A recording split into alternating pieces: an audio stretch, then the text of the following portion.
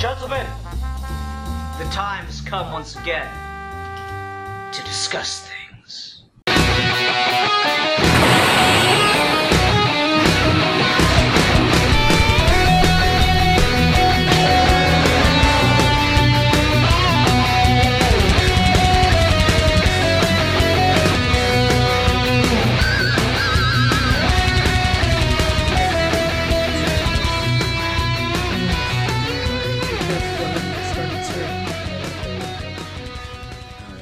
Hi everyone, welcome to another episode of Geeky Gentlemen. I am Sid Part 2, joining me today is...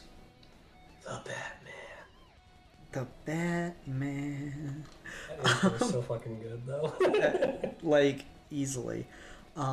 Yes, so instead of talking about the Batman today, we're talking about something else related to the Batman. We're talking about Batman Noël, related because it has some of the same characters in it. There's a lot of the same characters in it. Yeah, I guess we don't get a character that doesn't at least appear once in the Batman, so we got that going for us. Well, except for Bob, I guess. That's true. Everyone except Bob, because no one loves Bob. Well, and Superman. Yeah. Well, no, Superman shows up in the Batman. Oh yeah, you're right. In season 5 or whatever. Yeah, when they just were like, oh, we've got this idea for a Brave and the Bold show. Let's see if this works out. Yeah, this is pretty successful. Let's just make it its own series. Bro, to this day, the Green Arrow episode of Batman is like the best Green Arrow story ever, because we haven't had Green Arrow in comics for like 5 years. It's insane how good it is. Anyway. Yeah. Anyway, so yes, today we're here to talk about Batman Noël, written and drawn by one Lee Bermejo. And it's interesting because Bermejo is pretty much known for, I guess not exclusively, but like pretty prominently working with Brian Azzarello in comics. I don't know if it's that like Bermejo is just a really successful artist in his own right and doesn't really need to do comics, but he's like friends with Azzarello, or what the deal is. You just don't see him do much else besides books with Azzarello. And then this. Well, he's kind of been back and forth a little bit, because Brian Azzarello and Lee Bermejo are kind of a package deal in some ways for a lot of people, because they have all of those standalone graphic novels you can just kind of infinitely buy in print, like Batman, Damned, and Joker and Luther and that stuff. But a lot of Azzarello's best known stuff isn't with Lee Bermejo, and a lot of Lee Bermejo's modern stuff is not with Azzarello.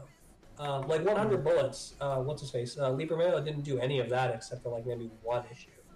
And a lot of Lee Bermejo's newer stuff has been like cover jobs or his own writing. He's done interiors for Superman and Daredevil and stuff like that. And so like you've kind of gotten to a point now where you can be a Lee Bermejo fan without having to read anything he did with Brian Azzarello, and vice versa, which is kind of nice. It's interesting when writers and artists kind of pair themselves up and you never see anything with anyone else, like in the case of Brubaker and Phillips, where like you have to like dig to find a Sean Phillips book that Ed Brubaker didn't write. But you don't have to do that with Azzarello and Lee Bermejo, which I think is good in part because I think one is far more talented than the other. You're not a fan of Azzarello, huh? I don't love Azzarello. I don't dislike Azzarello. I just think what Lee Bermejo brings to the table art-wise is usually superior to what Azzarello is writing on the page. I don't know if I entirely agree with that, but I definitely see where you're coming from. Azzarello seems to have a really, like, you either love him or hate him dynamic, because besides Joker, I kind of love everything else I've read from Azzarello, even if I don't, like, enjoy the choices. I can't help but, like, I can't help but admit the quality of the writing itself. Sure. The one I go to with that is the Wonder Woman run. Like, everyone and their brother kind of, in retrospect especially, agrees that, you know, Daughter of Zeus thing was a bad direction for the character. Mm-hmm. When you read the issues themselves, like, the writing's just so fucking on point. It's hard to deny. And if that was just the only time that she was the Daughter of Zeus, I think everyone would have a better time admitting that New 52 Wonder Woman's actually really good. It's just everything that came after it that's the problem. So anyway, this isn't about Azraella though. This is about Vermejo's like standalone book, Batman Noël, which came out. When was this? 2012, 2013, or a little this bit was 2011. Okay, so 2011. Okay. Yeah, this one was like kind of a big deal at the time, and I mean it's such a simple premise and it works so well. Honestly, it's just the Christmas Carol, but it's Batman. And it's a premise that, like, you know, just kind of instantly you can kind of see it. You just say, yeah, the Christmas Carol, but Batman is Scrooge, and you're like, yeah, no, there's about a billion different directions you can go with that, and I think all of them would work.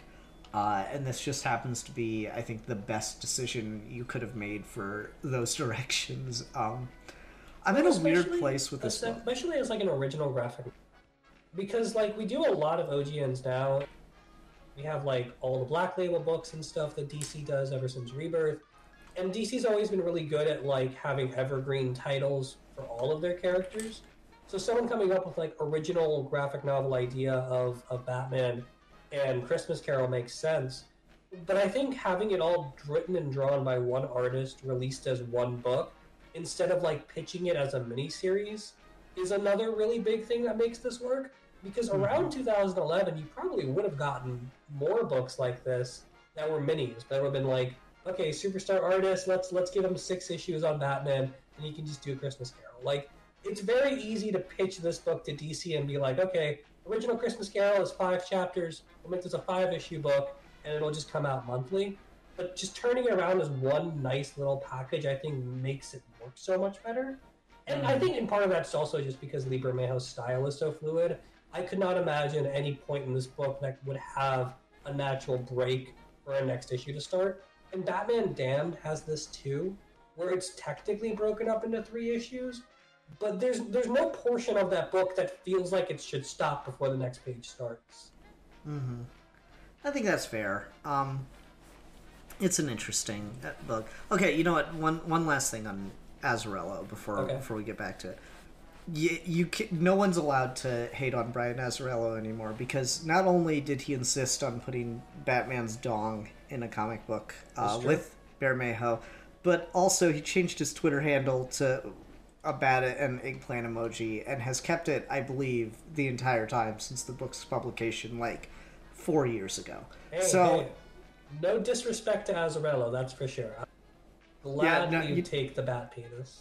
Yeah, you know what? He's like, he gets a billion points for that. Like, anything negative he's done only slightly takes away from his 1 billion points of positive karma. Anyway, I don't dislike Brian Azzarello. I just don't the stuff he was written. Like, he's fine. Yeah. But no, like, so this is an interesting one to watch or to read rather, because it's such a like simple premise that, you know, we've done this with a billion characters. There's a fucking Flintstones Christmas Carol. Like, everything does this character's version of the Christmas Carol. I think this is interesting because, like, you could almost remove the narrative, or not the narrative, the narration from this one, and you wouldn't necessarily know that it's a take on the Christmas Carol, you know, and that's kind of cool. I kind of like that. Like, you could literally get away with just take all the narration out of this book, right? And you just read it. It's like, yeah, it's just a straight up Batman story where he kind of like learns his lesson about like he went too far here and he needed to, you know, kind of ease up on the crime fighting thing. And then you go, yeah, isn't it interesting how it's the Christmas Carol? And you'd be like, holy shit, it is. The way he like weaves like just a straight up Batman story throughout it is honestly pretty great. One of the really cool touches is that I love that his Jacob Marley is a Robin. Is that it's Jason Todd Robin? I love that little moment where you see his face in the cave, and like you as you're like going through the story, you're right. It does sort of just feel like a straight up Batman story, but it also, if you're ignoring the Christmas Carol side of it, it doesn't have like a heartwarming ending in the same way. If you're just paying attention to Batman is haunted by his dead partner, so he goes around and starts chasing criminals, and then at the end he's just alone and falls asleep. Like, pretty dark. Maybe. I don't know. Like, he saves the day, and he talks the guy down and stuff, you know? Yeah. Like, he gets the victory, and he's content because he did his work, right? Yeah. He didn't go too hard. And I think it is interesting as, like, a reflection on...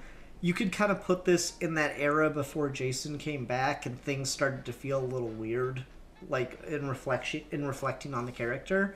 Well, to be fair, Jason was back for like 6 years by this point. Yeah, I'm saying, but you could put this there. You Yeah. could read this as having happened in that era when Jason was firmly dead. Yeah. And you'd get some, like, I don't know, I think it's that right kind of vibe. Like, this is not even necessarily a Christmas story, but this is a story about Bruce dealing with the trauma of having lost Jason and thinking about how much it's hardened him, and this is like him kind of realizing that he can't be that. Otherwise he's losing the idea of Batman, of what Batman was meant to be.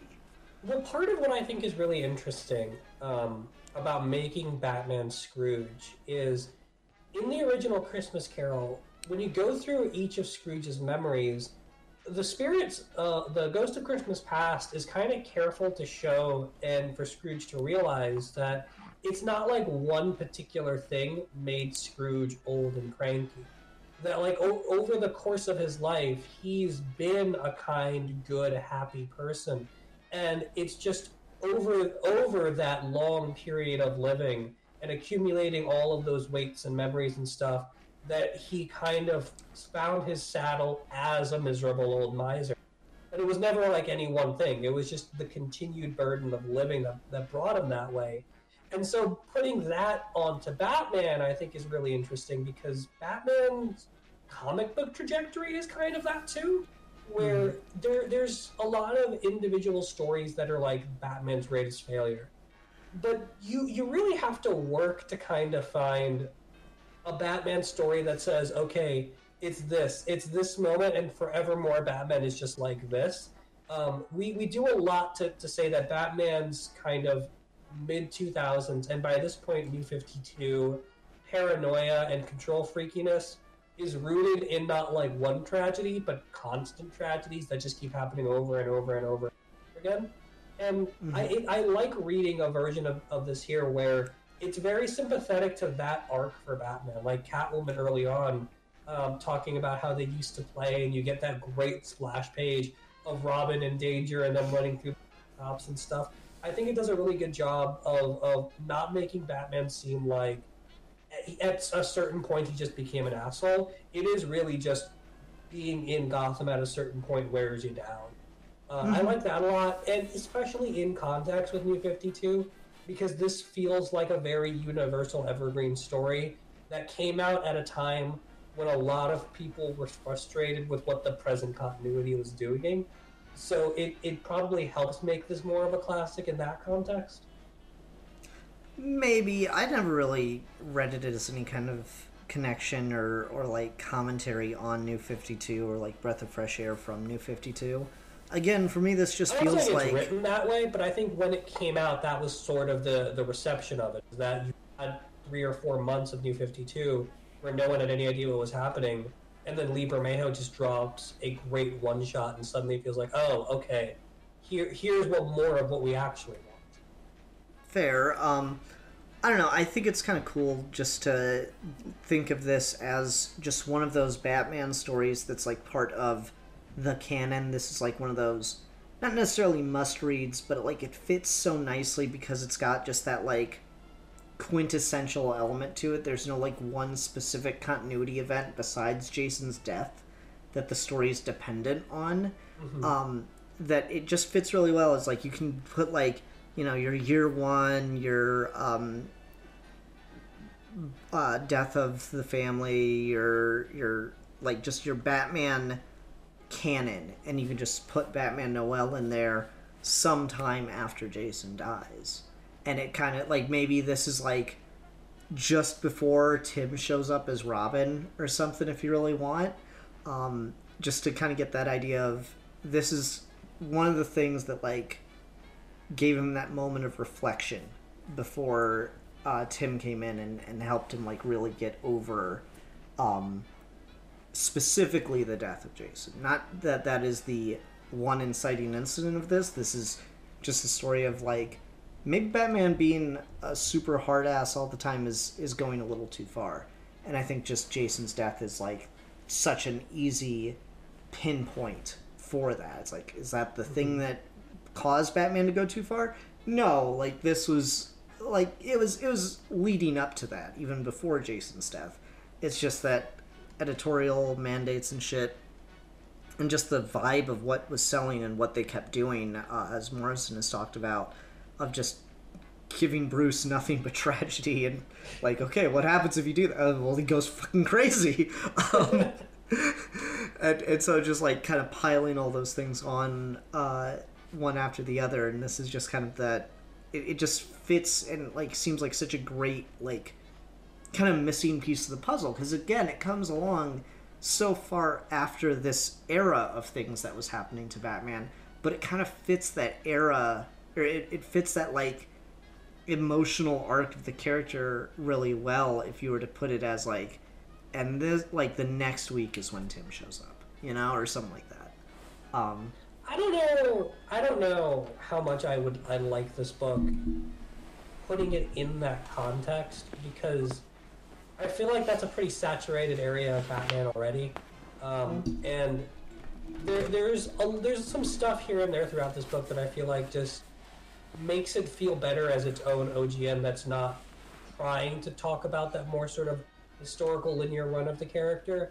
Because like, I really don't think you could read this and then read Lonely Place of Dying, or like, I don't think you could like put this next to Death of the Family, because I think the way it's talking about Batman and the way it's talking about Jason's death in particular here, if they even name him Jason, I don't remember if they even name him, I think it's a little bit more evergreen than that, and paralleling him to Scrooge, having lines about him being older and sick, and knowing that he can get over it, and then not necessarily tying that into the next story with the next Robin, just works better for me.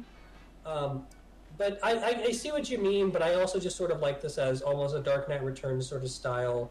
It's its own Elseworld story. It's just interesting to talk about in historical context, in terms of when it came out, not in terms of like where it places within the canon. I mean, that's fair, and you know, different strokes, different folks kind of thing. It's just, for me, that's the experience I had this time around. I'm like, I'd forgotten.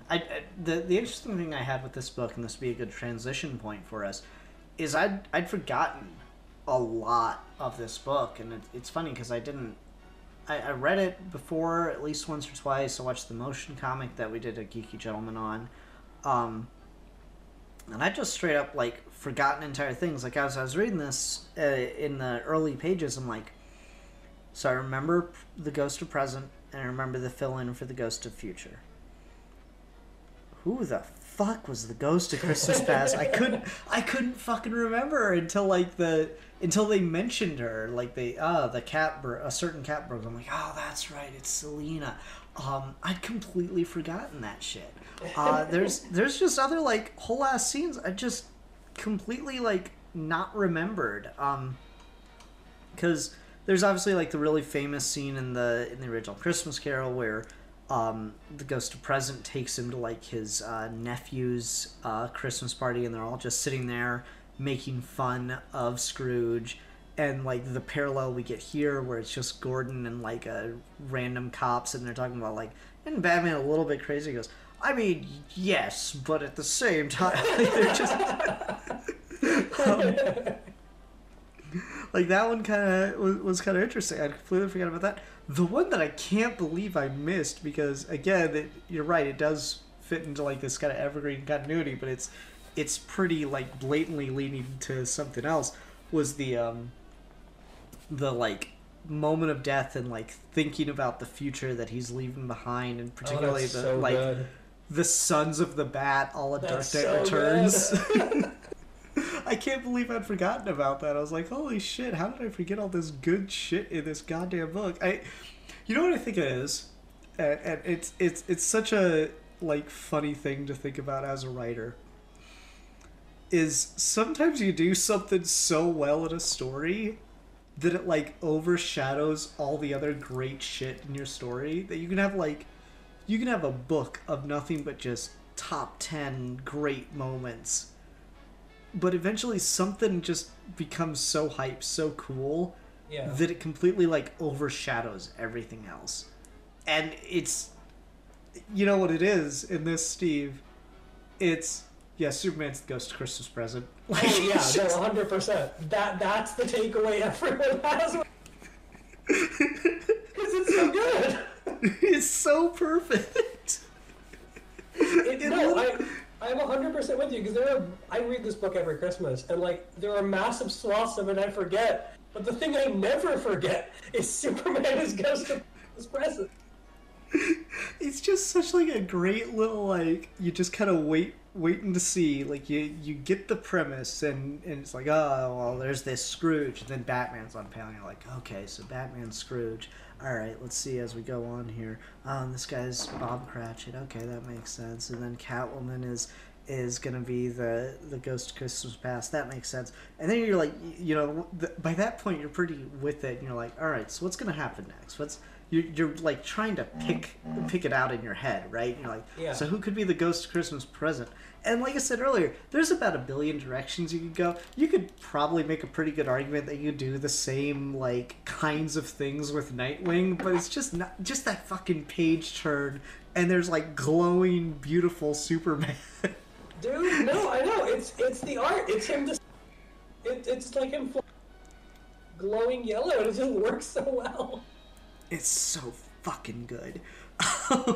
That's also part of because all of the ghost selections in this I think are really, really good, and it's clearly like just a straight beat for beat Christmas Carol.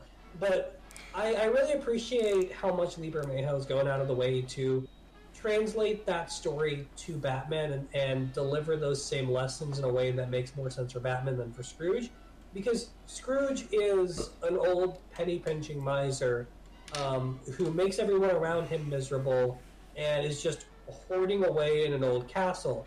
But that's not really what Batman is. So you could do a story about a cranky old rich guy, but he's not cranky and old for the same reasons as Scrooge.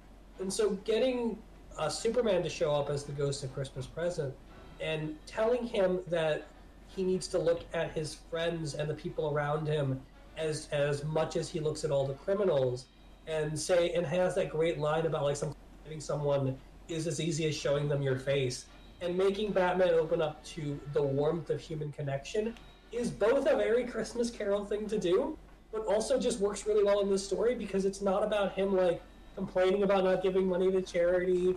It's not about him refusing to give his employee a day off in as far as like Jim Gordon goes. It's more about why is Batman miserable, and why is he failing to look at all of the people's lives that he has improved? Because it's not a story of Batman making the world worse. It's a story of Batman realizing he's made the world better and just being okay with that. Mm-hmm. Yeah, no, I agree. It's such a good fucking book. I love it. It's fantastic. It's a top 10 Batman story by far. It's so fucking good. I mean, it's like, is there a standalone Batman story like that's published like this that's not a top 10 Batman story? Yes, several. Do you want a list? Yeah, no, you're right. I'm just saying. It's just one of those things, like, there's so much good about it. It just hits so well. And like, Batman's the character that we do this with all the time. And it goes the publishing wrong. Line. Yeah, it goes wrong sometimes, certainly, you're right. But, like, it's surprising when it does. Because, yeah, like, there's ones I can't fucking stand. Well, the thing Arkham about Asylum Madness is a terrible, terrible book.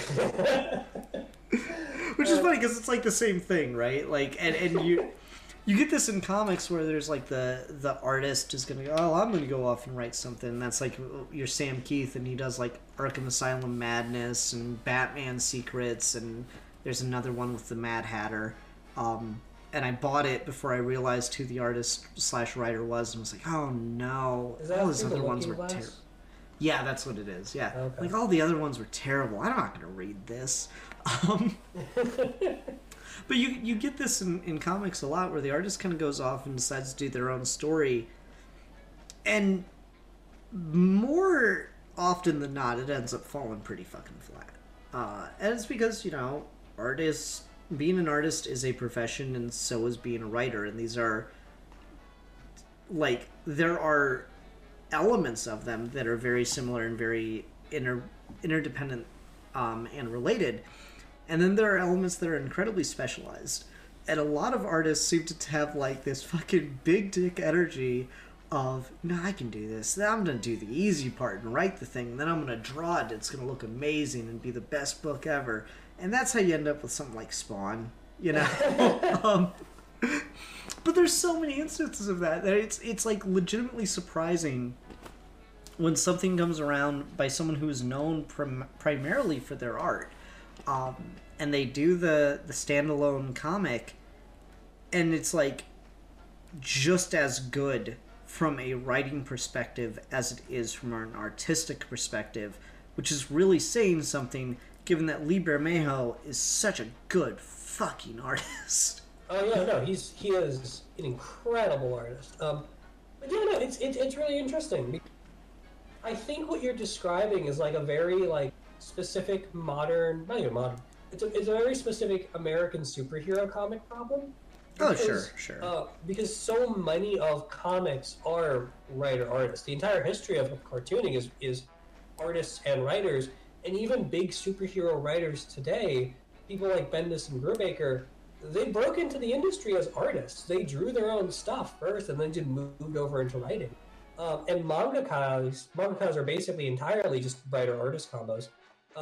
But with Bermejo, it's really interesting because Bermejo, Chip Zdarsky, a few other people now more recently, who got really famous in superhero comics as artists, have talked about like trying to make the transition into writers, and it's really, really hard because they're not known for that skill set, so no one trusts their ability to do it. And so it took Zdarsky a really long time to figure out who will let him write anything, and working his way up from like Howard the Duck to writing Daredevil like took a lot of time. And even he hasn't like found the formula for it. Kyle Starks mentioned once in an interview where he's like, I asked Chip Zdarsky for advice on like how to move yourself from one linchpin to the other, and he just responded by saying, when you figure it out, let me know. That's basically how it goes. And so like Lee Bermejo, he's not only a really talented artist, but he's also a guy whose style takes a really fucking long time. And so the idea of him moving over to writing should feel more natural because it's going to be far less time consuming than like his painted style. But because he's so good at that, people like DC would rather just pay him to take a few extra months to make covers than they would reading his scripts, because they can get writers wherever, but having a consistent artist is really hard to come by. And it's a shame because I'm sure Bermejo, like in a perfect world, would want to balance the stories he's drawing with the stories he's writing. Did you read Dear Detective from earlier this year? No, I don't read comics anymore, Steve. Oh, that's true. My bad. I just talk about my opinions on them on Twitter and online. You've made friends with one of those, Steve. How do you feel now? I quit. I fucking quit. The show's up. Lee Bermejo, for the last like 2 or 3 years, has just been doing sporadic Batman covers. And so DC released this book called Dear Detective, which is basically a poster book of all of Lee Bermejo's Batman covers. And Bermejo actually put them in a sequence and wrote a story around the covers. And it's really fucking good. It's surprisingly coherent for just stitching together a bunch of random images. But so you can like really tell he's got a passion for this stuff. And he's got his own take on Batman that holds over from Noël into Dear Detective. And I wish he could do more stuff like that. But the opportunities for artists to do that really do kind of dry up real quick. I was talking to you about this earlier, but it's Lonely at the Center of the Earth. That's an original graphic novel by Zari Thorogood, and she's a really good artist, and she's done a lot of indie stuff. She talks about how she drew Rain, which was a miniseries based on a Joe Hill novel, and she drew the story because it helped keep her sane for a period of time to provide consistent work. But alongside that book, that more sort of mechanical process of drawing it was complemented by her getting the chance to write and draw her own graphic novel over 6 months.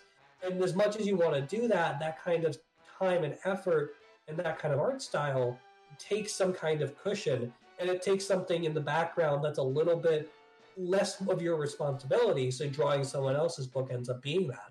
It just so happens that like a lot of artists will be like, okay, I'll draw your book so I have money to write my book. But then they never stop drawing other people's books because they can never get out of that hole. If they do, it's because it's creator-owned, like Chris Samnee. Like there are so many artists that like Todd McFarlane's a really good punching bag for this because he can't write at all. But you can't blame the guy for being like, I want to write and no one will let me write. So the only way I can write is if I make my own thing that I say I can write. And 30 years later, that's still how most comic artists have to do it. Yeah, you're definitely right that there's like a weird like politics to it all. But I do still think, even like you brought up the manga thing, and this is a bit of a tangent, so I kind of want to just make this point, not really argue it because I'm probably just wrong. But like you mentioned the manga thing, and I think that there's a lot of people who can write, but I think like when you look at the story of a lot of anime or manga specifically, but anime is mostly adaptations anyway, a lot of it tends to be really convoluted as fuck, hard to follow, tropey as shit.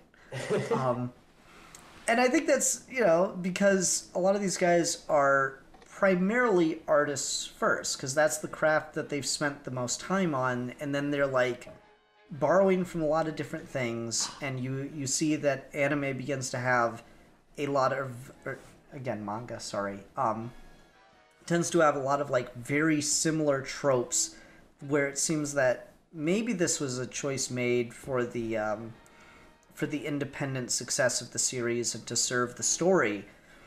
But also it feels a lot like they're just taking something that worked in another book or series and doing it. And certainly that's not something that Western comics are immune to by any stretch of the imagination. We've seen DC spend years trying to make everybody Batman.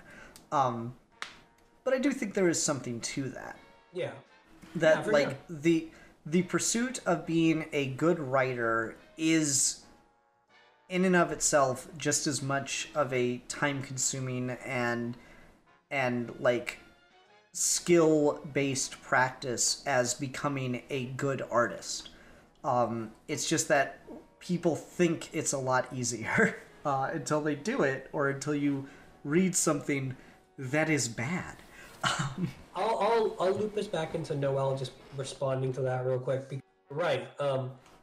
One of the issues you get with a lot of modern comic book superhero writers, people who grow up reading this stuff and then decide they're going to do it for a living and end up doing it.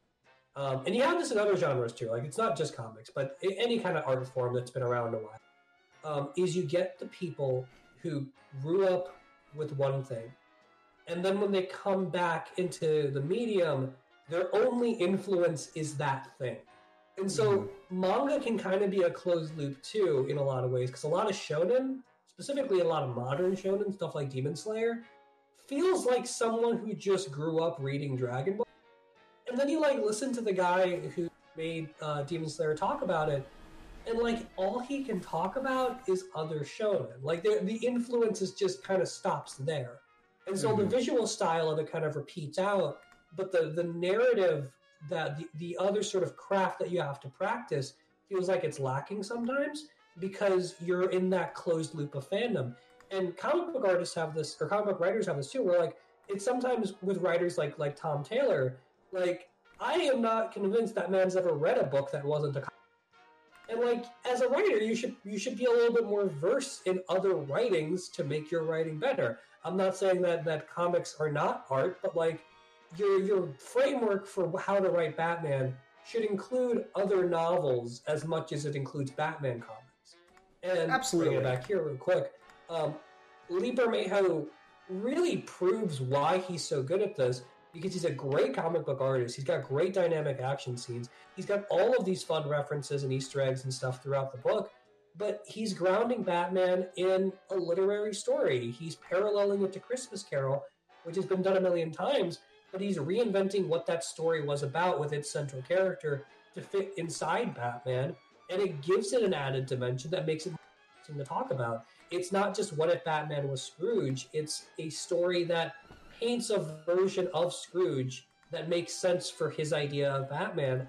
And I really like the nuance Bermejo's version of Batman has versus Brian Azzarello's, because you can definitely tell between Noël and Dear Detective that a lot of what Brian Azzarello considers Batman to be has rubbed off on Lee Bermejo.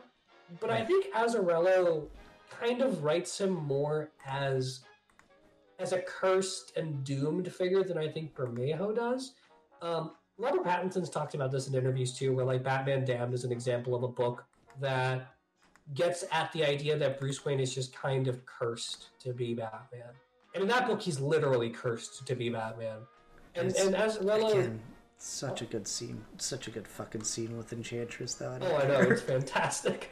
I like Batman Damned. But so you with Batman Damned and Broken City, and he did something else, I'm blanking on it. But with those books, Azzarello's Batman is very much sort of like he's been put into a mold and he refuses to break out, and he's kind of forced himself into it.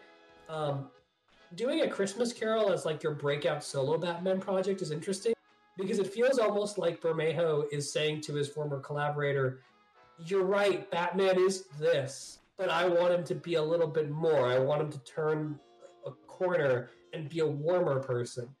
And the dark, corrupting thing that he's cursed with is crime, but Batman can choose to look at the light if he wants to.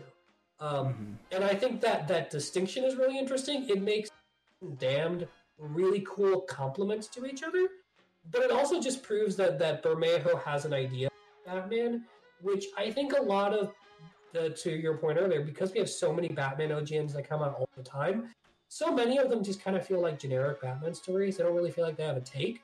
It's nice to get something like this that does feel like it has a genuine take on the character that is this person's. Yeah, no, I agree. It's great to have Charles Dickens' take on this. To your point about like getting like art getting stale and things getting kind of boring and like just feeding off of themselves in a loop, I do think you're absolutely right about that. And it's funny that like so much manga and anime is influenced by Dragon Ball, but it's interesting that Dragon Ball is influenced by stuff that is not manga or anime related, right? Exactly. It's influenced by like actual fighting, martial arts movies, fucking Journey to the West. You know, it's got the American cinema. It's got so many like science fiction movies. Yeah, very blatant influences outside of the thing that, you know, are adapted to various degrees of success into this story. But it's just a very good note, and this is also a good example of that, where you've got inspiration from outside of the media put into the medium, and it works really, really well in that regard.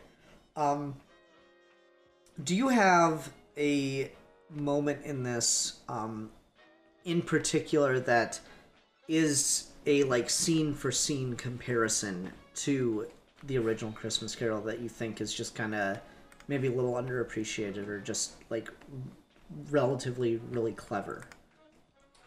Um,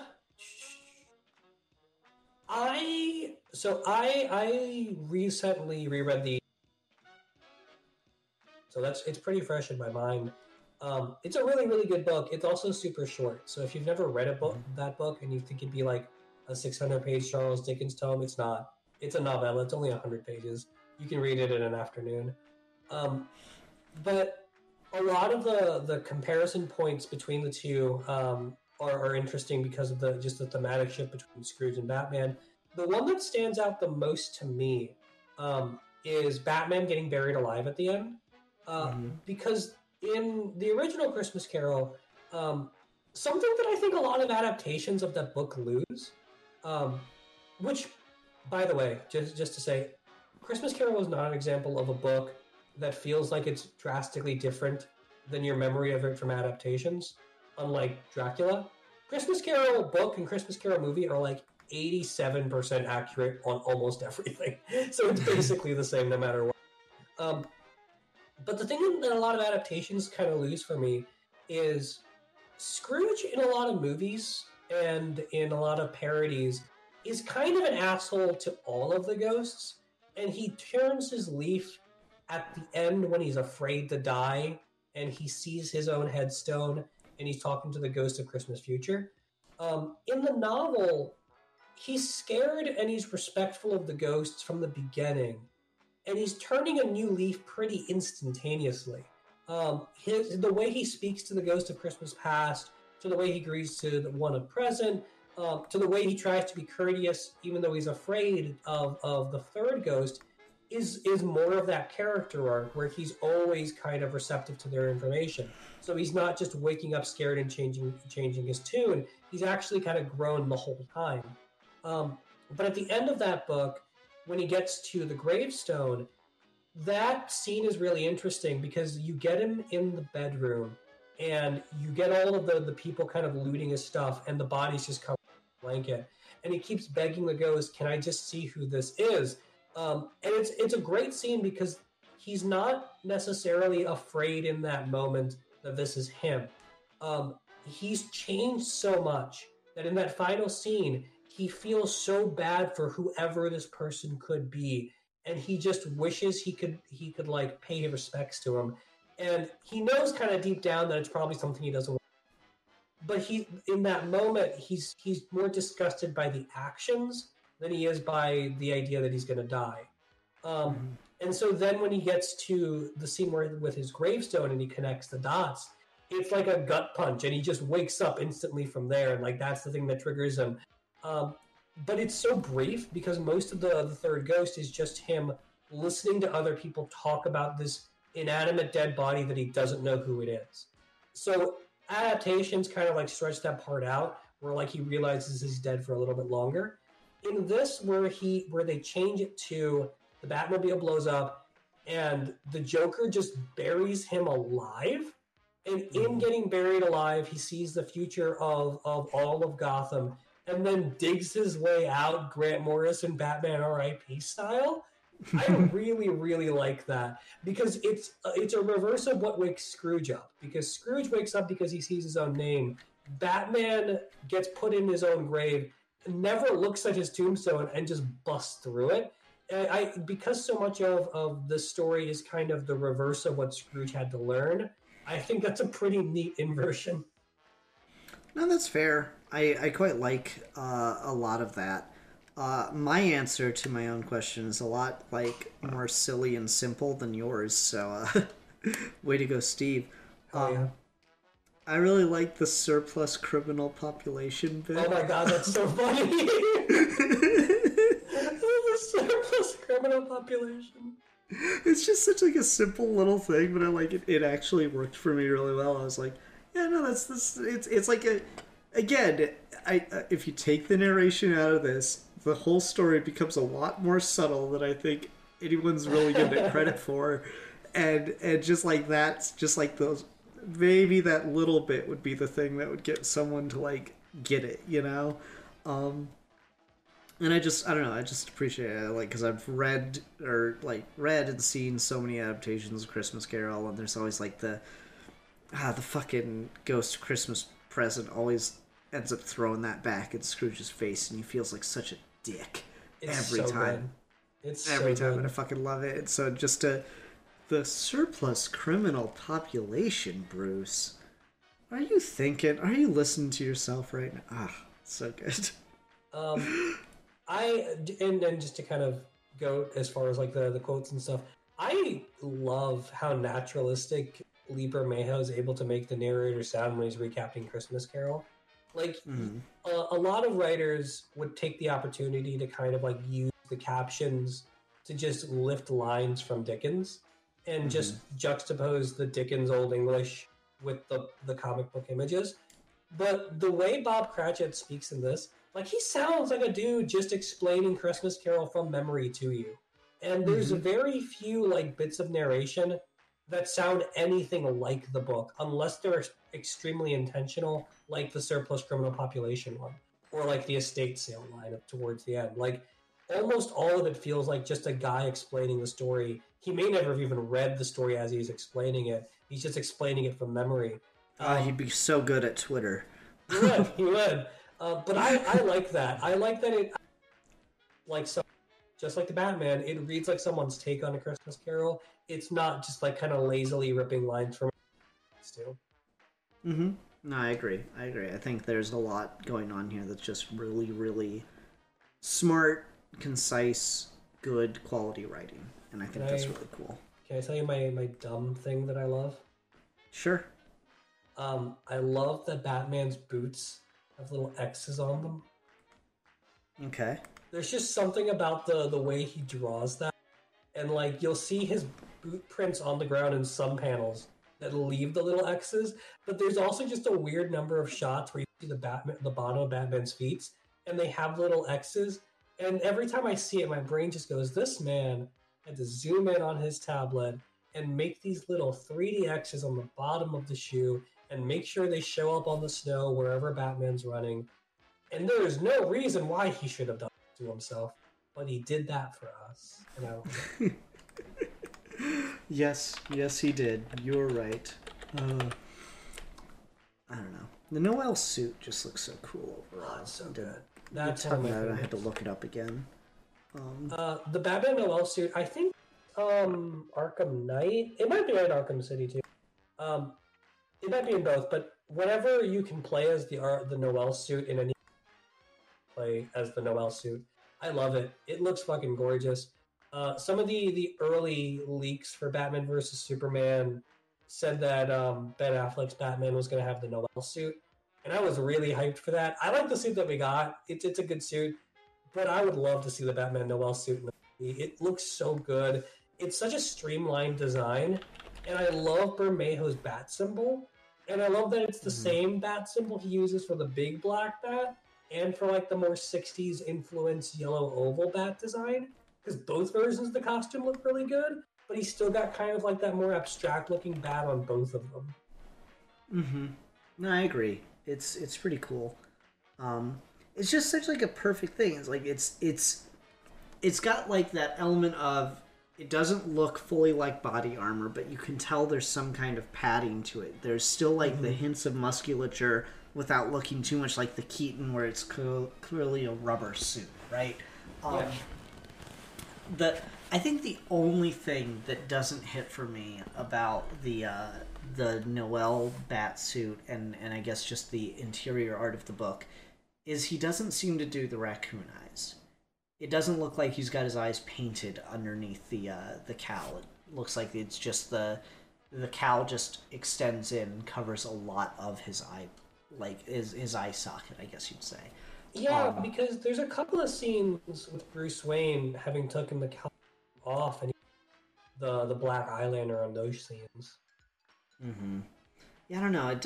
I think that's about the only thing for me that doesn't hit with it. I think if he did the raccoon eyes, or just maybe if he did a like more, it's hard to say because his style is so like photorealistic almost. Yeah. that you can't really get away with the pure white eyes thing, so you'd have to do something like with lenses or something like that, which might just be an extra burden. Certainly Bermejo's capable of it. It's just a matter of whether or not he'd want to deal with that too. But yeah, I think that's the only thing for me where I'm like, if there's just that little extra touch, I think would have really done it. But you know. I'm not a big fan of the Batmobile design. I don't like the sort of Matchbox car look. It's on screen. It's on panel for like what 3-4 panels before it's on panel like up. It's there for like 2 pages maybe. Yeah. Yeah, I think he just kind of pulled a generic, like, you called it a Matchbox car. He might have just pulled over, like, a fucking Hot Wheels and referenced it real quick. I love the lettering. The lettering is so good in this. That's another thing. Pretty sure he did everything. I think he did the lettering, too. I'd have to double check. But the lettering is really, really cool because it's got that sort of, like, broken, loose handwriting quality for the guy just giving you his pedestrian take on A Christmas Carol, which is really nice. But it pops against the snowy white art, which is not easy to do on its own, to make it look both distinct and keep it white and everything kind of pops out. But the thing that like really puts it over the top for me is I love the sound effects that he throws in. And I love the placement for them because in a lot of them, they'll be like running headers on the bottom of panels or in action sequences, they'll be imposed on the art. So like when Batman has his like big entrance for the first time, you have like the little sound effect like running across the panel border by his feet. And then when he's jumping on the rooftops chasing after Catwoman, the sound effect is like going to the curvature of his cape that's right behind him. It's just so cool and so clever, and a lot of times you'll see clever lettering in books with artists and letterers, and you'll wonder, like, okay, did the artist draw this portion of the lettering, or did the letterer go in and art? And it's always interesting to kind of, like, watch that process and be like, oh, okay, this is a page that the artist lettered, and this is a page the letterer lettered. But since Bermejo did everything here, I love that he, like, went to the extra trouble of, he didn't just, like, storyboard the issues, or storyboard the story, draw it, and then letter it at the end. He drew it and paneled it with the intention of, I know where the words are going to go on these specific pages. And that's just really cool.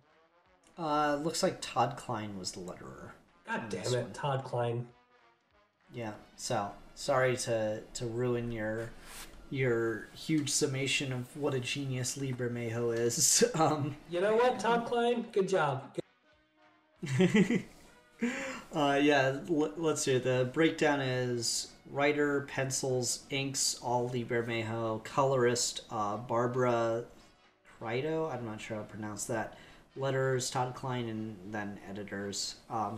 So 90% fucking Lee Bermejo. Rarely. I knew someone else painted over him, so that makes. I didn't realize that there was a whole other too. But I mean, I guess that proves the collaborative part is there, because there have to be pages that he draws with the intention of the letterer going over it. So he still at least had some idea of where things were going to be placed, which is nice. Yeah, I wonder if artists like do something on like the drafts they turn in with like letters here, or if they like write them in, just pencil them in hand, or in this case on tablet, just like write them in a corner and then like bury it underneath all the layers, so that way they know where they're working around it, around where there's gonna be dialogue and shit. You can definitely tell with a lot of books where this is an artist that has done their own lettering, and so they appreciate the letterer's job, versus artists that don't normally have communication with them. So like Sean Phillips letters all of the books he writes with Brubaker, and so the way his panels are laid out, it accommodates for the big blocks of text that Brubaker ends up writing, that he just kind of corners on a page. So like on a typical Sean Phillips at Brubaker page, all of the lettering for whatever page you're on is usually like left aligned or right aligned. It's like very simply like straight down the page in a like blocky style, and it's the section of the art that doesn't have any of the detail, because he knows that's where it's going. And when they do lettering passes after the fact, Brubaker will like be careful to use the same number of words or letters so that the size of the box doesn't have to change, because the box is designed to accommodate the parts of the art that weren't filled in. And then people like John Pearson, when he's got like more of that sort of like weird abstract Dave McKean kind of Gothic style.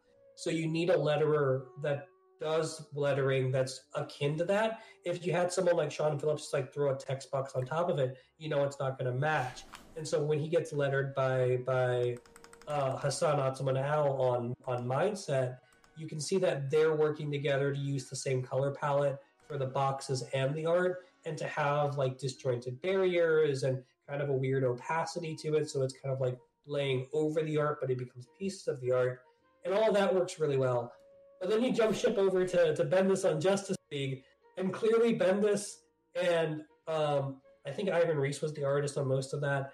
No, it wasn't Ivan Reis. It was what's his face? David Marquez. David Marquez and Bendis and whoever the letterer is on those books are not talking to each other, because there'll be art and then there'll just be like strings of words randomly placed with no thought whatsoever to where the eye lines go.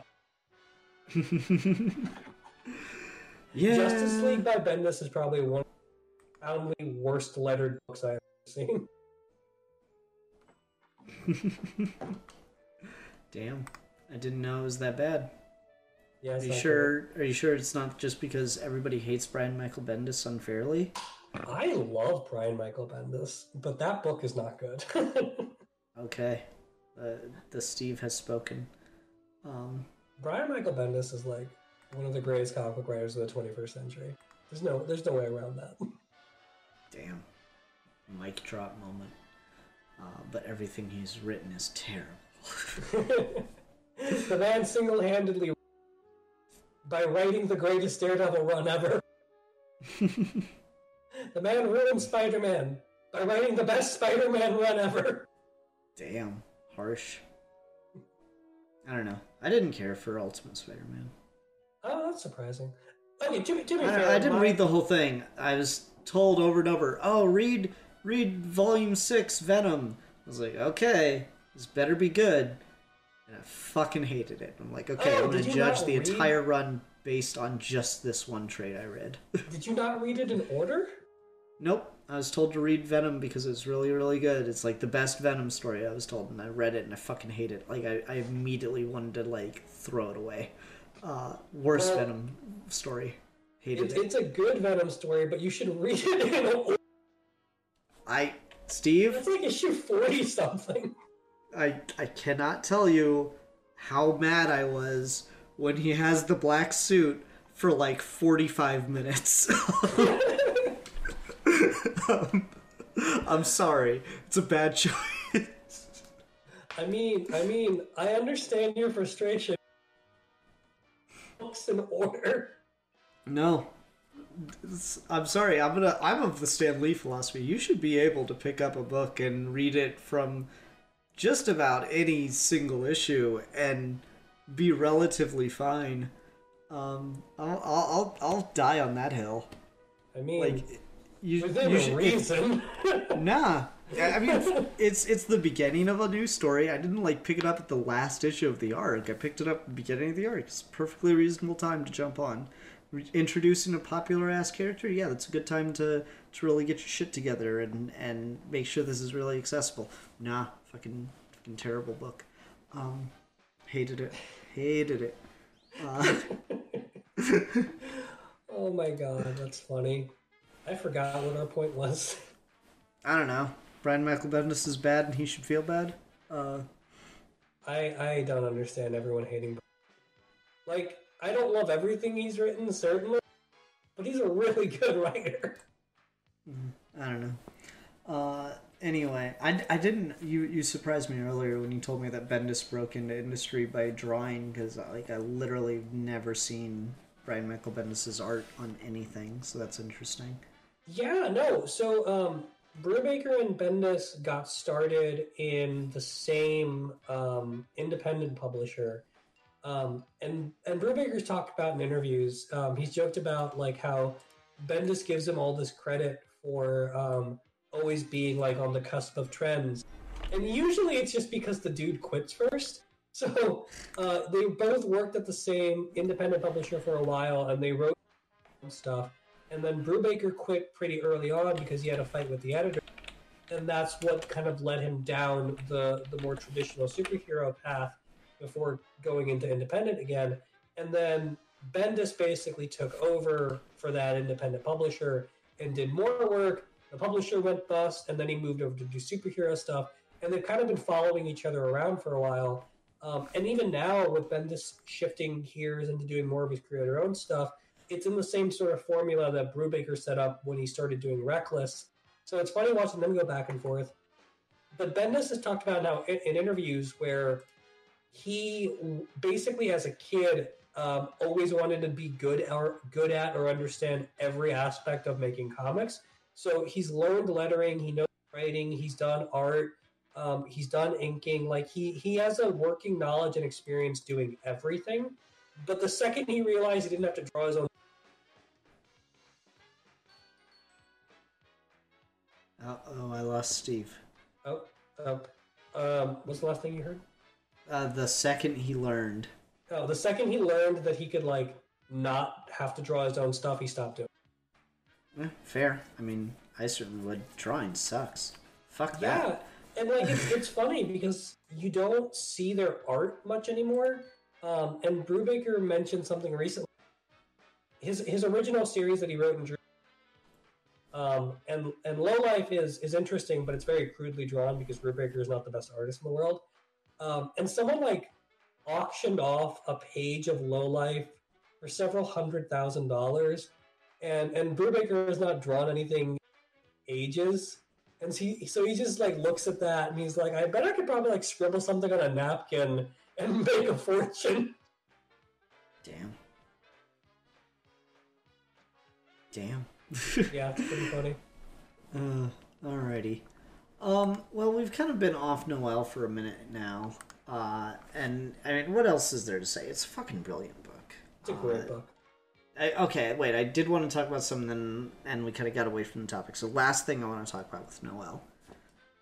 God damn the way Lee Bermejo draws Catwoman. Oh my god. I love it so much. It's so good. It makes you wonder why we forgetting that she's in it.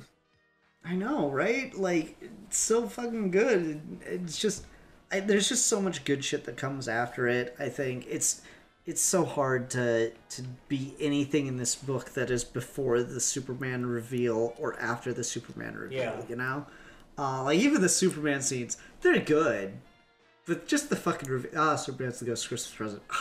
Okay, I can stop reading now. It makes so much sense. It just breaks your brain. Yeah, just everything else pales in comparison. It's such a good choice that it like deceives you into thinking the rest of the book isn't as great. Does Bermejo's Heath Ledger Joker?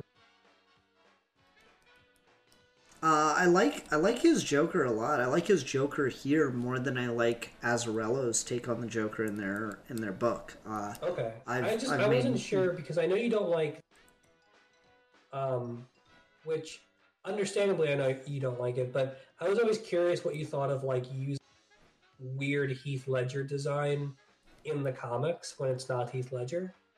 I mean, I don't think this is a Heath Ledger design, honestly. You don't think it is? No, because like Bermejo's design for the Joker predates Heath Ledger's reveal as the character, and he's just using the same Joker here that was in the book, right? Like a lot of people, for some reason, seem to think that the Joker of the graphic novel is inspired or meant to be like this as if Heath Ledger was in the comics. And it's just not. It's not the same character whatsoever. They just have kind of a similar look to him because it's just...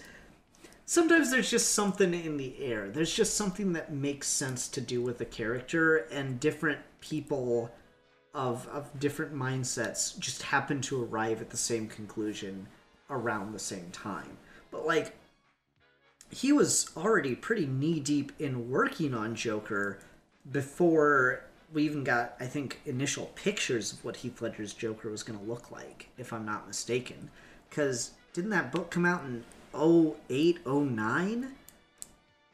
I don't remember. I know it's like literally right around of Dark Knight. I don't know if it predates it or not. Joker, Lee Bermejo, Joker graphic novel, October 17th, 2008. Dark Knight is July of 2008. Okay, so it's a few months after. Yeah, it's a few months after, and with Bermejo's style, this obviously a lot of work going on before it. But like even when you look at like the cover for Joker, he doesn't really have like the whole scarred smile up the whole face. He's just got a really big smile. I don't know. Bermejo's Joker, I think, just gets interpreted as Heath Ledger because they just happen to coincide so hard. Like eventually, he definitely leans into the scarred smile up the cheeks, but in that initial book, I don't think that's a part of it, if I'm remembering correctly. I haven't read and that again, book I don't like that book, so I'm gonna have a hard time remembering it. But yeah, I haven't read that book in a long time. I can certainly understand the correlation because they both came out at the same time. Heath Ledger's Joker was the biggest thing for that movie, and then immediately being able to like go to Barnes and always be able to buy the Joker graphic novel with a version of the character that looks pretty close to it. It sort of like ties itself together neatly for a very okay, I'm just flipping through Google Images, looking at pages of him. He does do the Cheshire Smile, which is, I think, the thing that's like, oh yeah, it's the Heath Ledger Joker. And it's like, yes, but no. Yeah. No, I can understand why.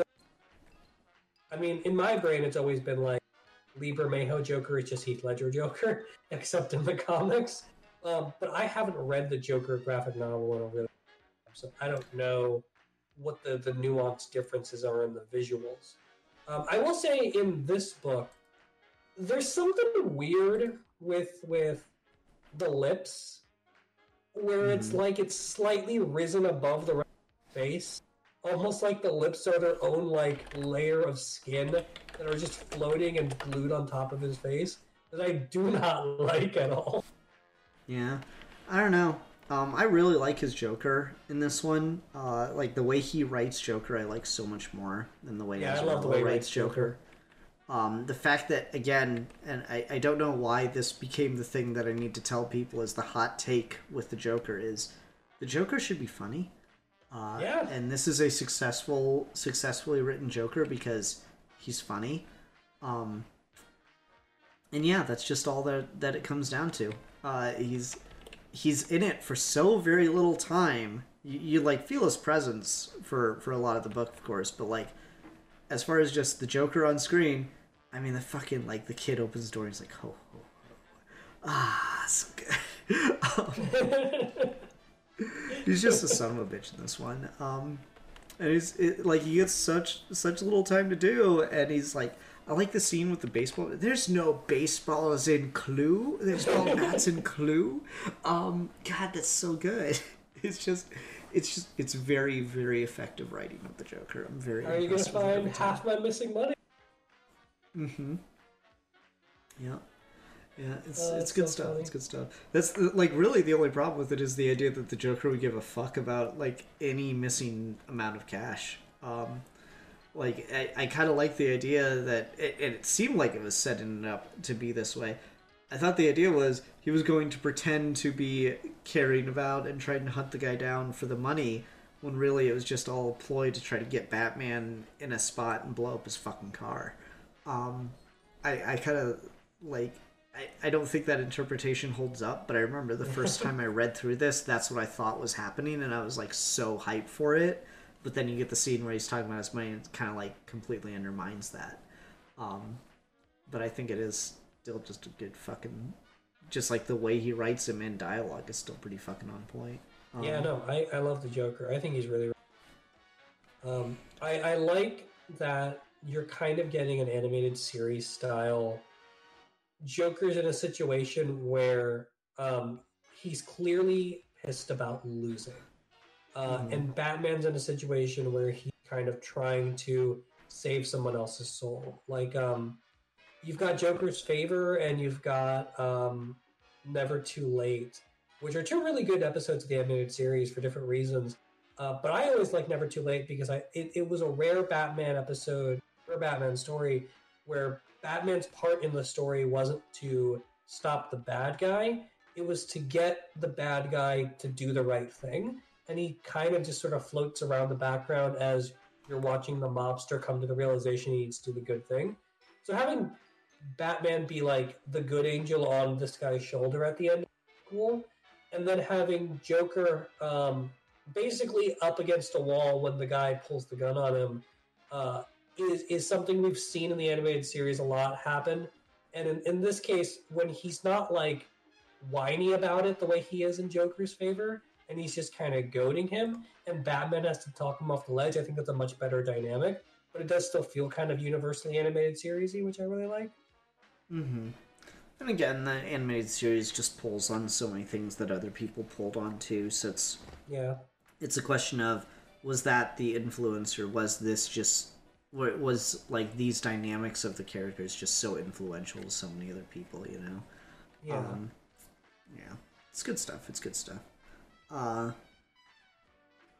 don't know. I fucking love this book. It's a good book, Steve. Good choice. It's great. It's a easy classic read. Just sit down, read it for about 45 minutes. You'll have a great time. Mm-hmm. All right, let me look at something real quick. So this episode's going up on the 11th. We're recording on the 13th for next week, so we'll still need one more pick. Sans a Geek for Fun. Oh, would be something fun to review for next week. What kind of Christmassy stuff have you been in the mood for? I don't know. I've been watching a lot. Oh, okay. You know what? I watched this. I doubt I'll watch it again, but I've got stuff to say on it. I think it would be worth talking about. So I might be a little hazy because it'll be like 2 weeks since I watched it by the time we record for it, but whatever. Let's talk about the Polar Express. Oh god, that movie's terrifying.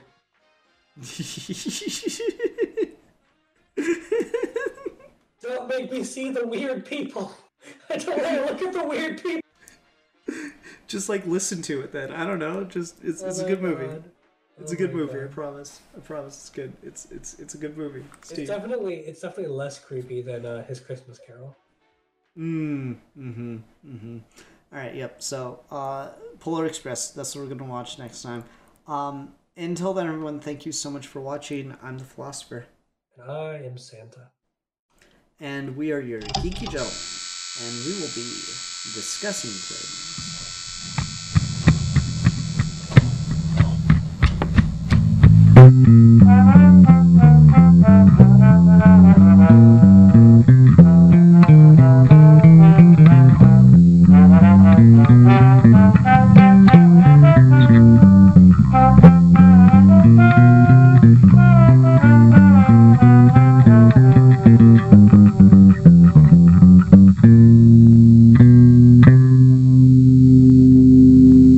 Ho, ho, ho! Merry Christmas!